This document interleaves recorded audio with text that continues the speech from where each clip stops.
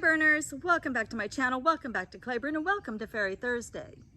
So today, before we get started, I have a little bit of housekeeping to do. My fairies have organized. I don't know if they've unionized, but they've definitely organized. And so recently they had a meeting and then they drew up a list and they gave me a copy of the points that they want us to know.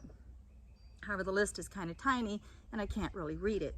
So I'm just going to sort of wing it from what I know, the scuttlebutt that I've picked up, and we're going to go from there.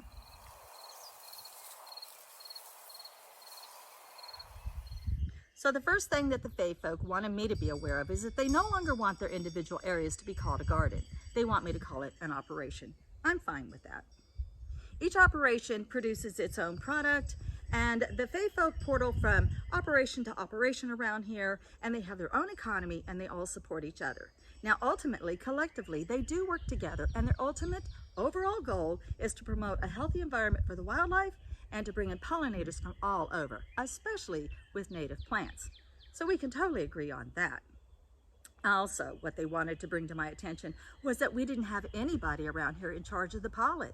And so I had to take out an ad in the Fae folk Beetle, and we advertised for someone who wanted to come and be in charge of the pollen, and that we would have an operation set up for them when they got here. And so pretty soon we'll be meeting Pollinator, who answered the ad.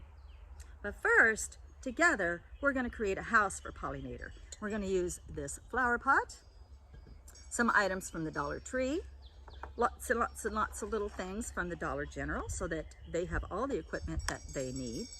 We want it to be a very welcoming home for Pollinator. We want it to be lit up. We want no mistake about what we're doing. And our inspiration, this is the best. So my daughter, who is an early education teacher, she had her kiddos make these for Mother's Day. It's a bumblebee bubble bath. And so this was my inspiration for Pollinator's home. Isn't that super cute?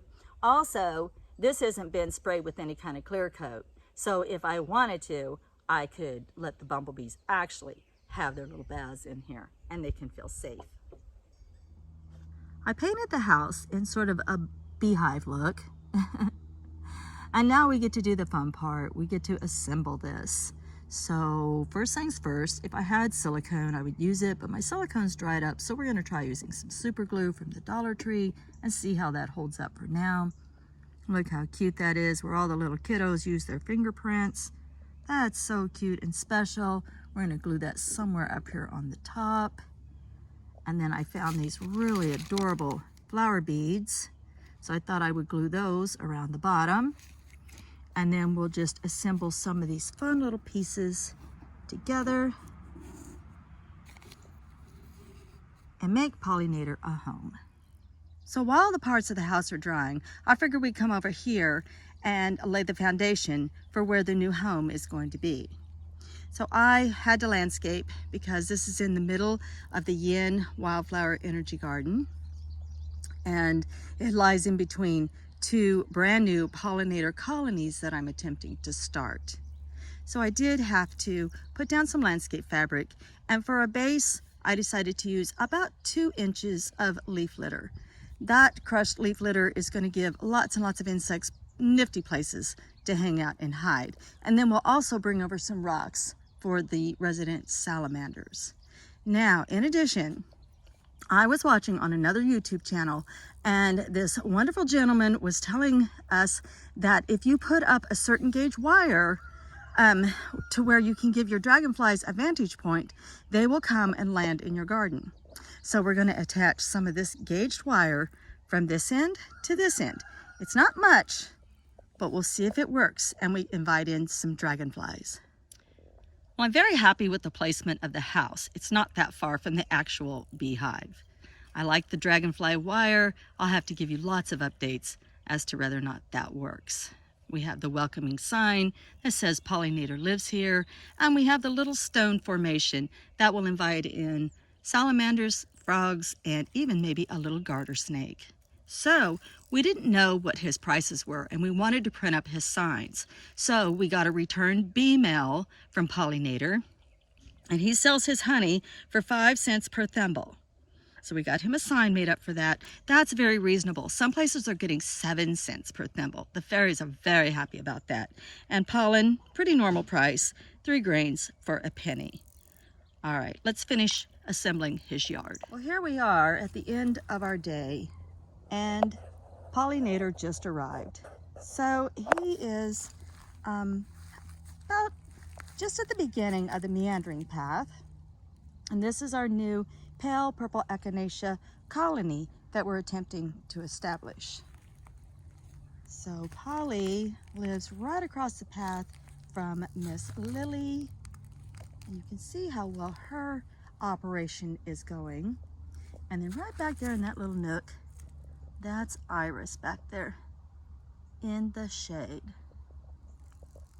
So he has a couple of fantastic neighbors. So tomorrow I'll be putting in Anna's hyssop on the other side of the path, and it will blend in with all of this goldenrod, bee balm, and rudbeckia that grows over here. So here's his little house. He got a couple of lights. I love looking outside at my garden at night. It is so lit up and it's so beautiful. It just gives me so much pleasure to see my garden in the daytime and at night. Now Pauly has his own fairy portal, and so the other fairies can portal in and out, like I said earlier, from operation to operation. That is Pollinator. He just arrived just a few minutes ago as I was finishing up my evening watering. We're going to let him settle in, and it's my understanding that the fairies have a party planned for this weekend. So you can bet the cream and honey will be flowing. There will be lily freckle face painting going on. They'll be taking baths in the peonies and who knows what all else. And we're going to make sure that he fits right in. Now, as I introduce my fairies on Thursdays, it's my intention to tell you what the fairy's purpose is.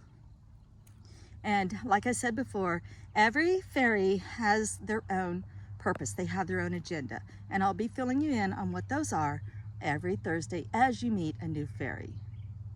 All right, guys, I hope you enjoyed this video, and I'm wishing for you all much, much love and light.